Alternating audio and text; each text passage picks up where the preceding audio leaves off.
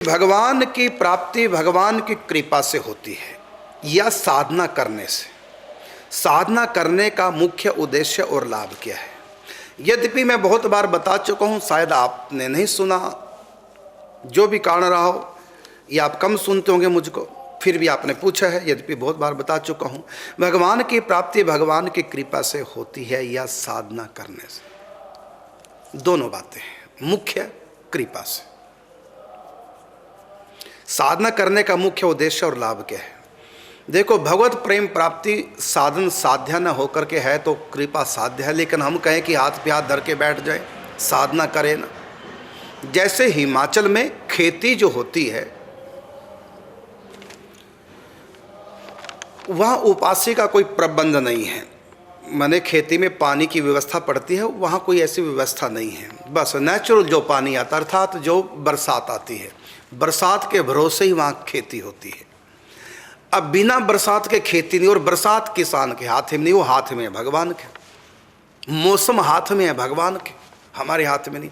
तो खेती मौसम अनुकूल होने पर ही फलित होगी।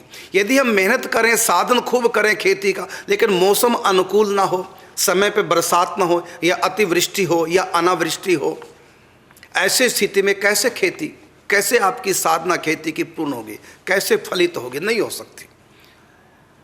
मौसम के ऊपर, और मौसम हमारे हाथ में नहीं, बरसात हमारे हाथ में नहीं, भगवान के हाथ में है। इसलिए खेती को ये भी कह सकते हैं कि भगवत कृपा से होती है। यदि कहें कि जब भगवत कृपा से होती है तो फिर किसान का क्या हाथ है? फिर किसान कुछ ना करे। जब भगवत कृपा से होनी है खेती, इसका अर्थ है किसान भी अपना काम करे। किसान अपना काम करे और भगवान अपना काम करेंगे। तो किसान का पुरुषार्थ और प्रकृति की अनुकूलता, कृपा कह लो उसको, दोनों का जब संयोग होगा तब खेती फलित होती है। तो भगवान की अनुकूलता को ही भगवत कृपा कहते हैं, और साधक की साधना को ही उसका पुरुषार्थ कहते हैं। साधक की साधना और भगवत कृपा जब दोनों का संगम होता है, तब ही भगवत प्राप्ति, भगवत प्रेम प्राप्ति होती है। लेकिन हम ऐसा भी मानना करें कि हम मेहनत करके भगवान को पालेंगे, तो किसान मेहनत करके फसल का फल प्राप्त नहीं कर सकता जब तक अनुकूल वातावरण ना हो, अनुकूल जलवायु ना हो, अनुकूल मौसम ना हो, अनुकूल बरसात ना हो। तब तक किसान की मेहनत किसी काम की नहीं। इसी प्रकार यदि भगवत कृपा का हम आश्रय नहीं लेंगे और भगवत कृपा हो ना, तो फिर हमारी मेहनत किसी काम नहीं आएगी। दोनों बातें, मेहनत भी कीजिए, पुरुषार्थ कीजिए, और भगवत कृपा का आश्रय रखिए।